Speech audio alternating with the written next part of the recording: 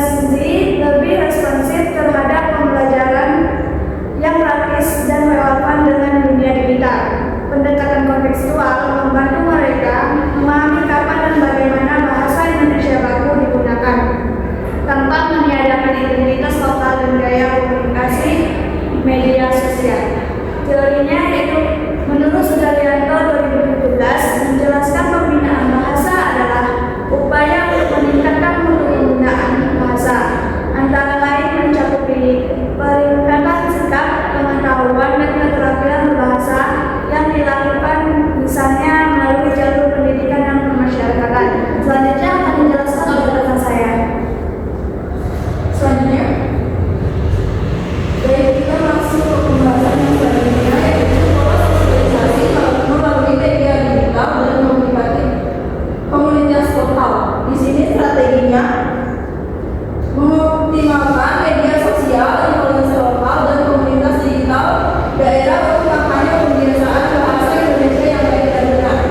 Di sini cara yang dilakukan dengan memanfaatkan media sosial dan komunitas lokal untuk membiasakan penggunaan bahasa Indonesia yang baik dan benar.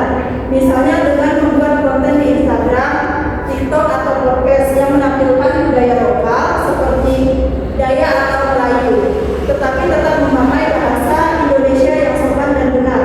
Tujuannya supaya bahasa Indonesia terasa lebih dekat dan menarik bagi anak muda zaman sekarang.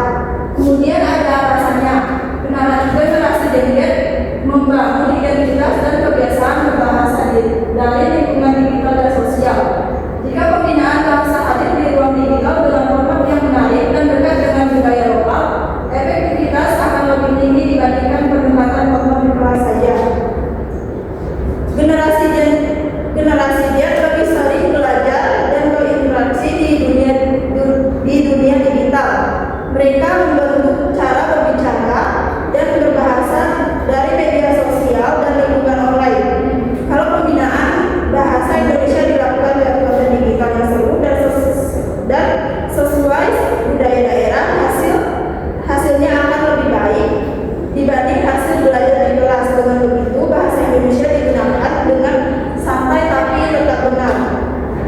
Kemudian ada teorinya di sini menurut Widiani dan Sudarmaningtyas 2016 menekankan pentingnya pembelajaran kolaboratif yang melibatkan interaksi antar siswa, guru, dan komunitas. Pembelajaran kolaboratif dapat meningkatkan kemampuan berbahasa Indonesia generasi Z melalui diskusi kelompok, proyek bersama, dan interaksi dengan komunitas lokal. Hal ini juga dapat memperkuat identitas budaya dan sosial.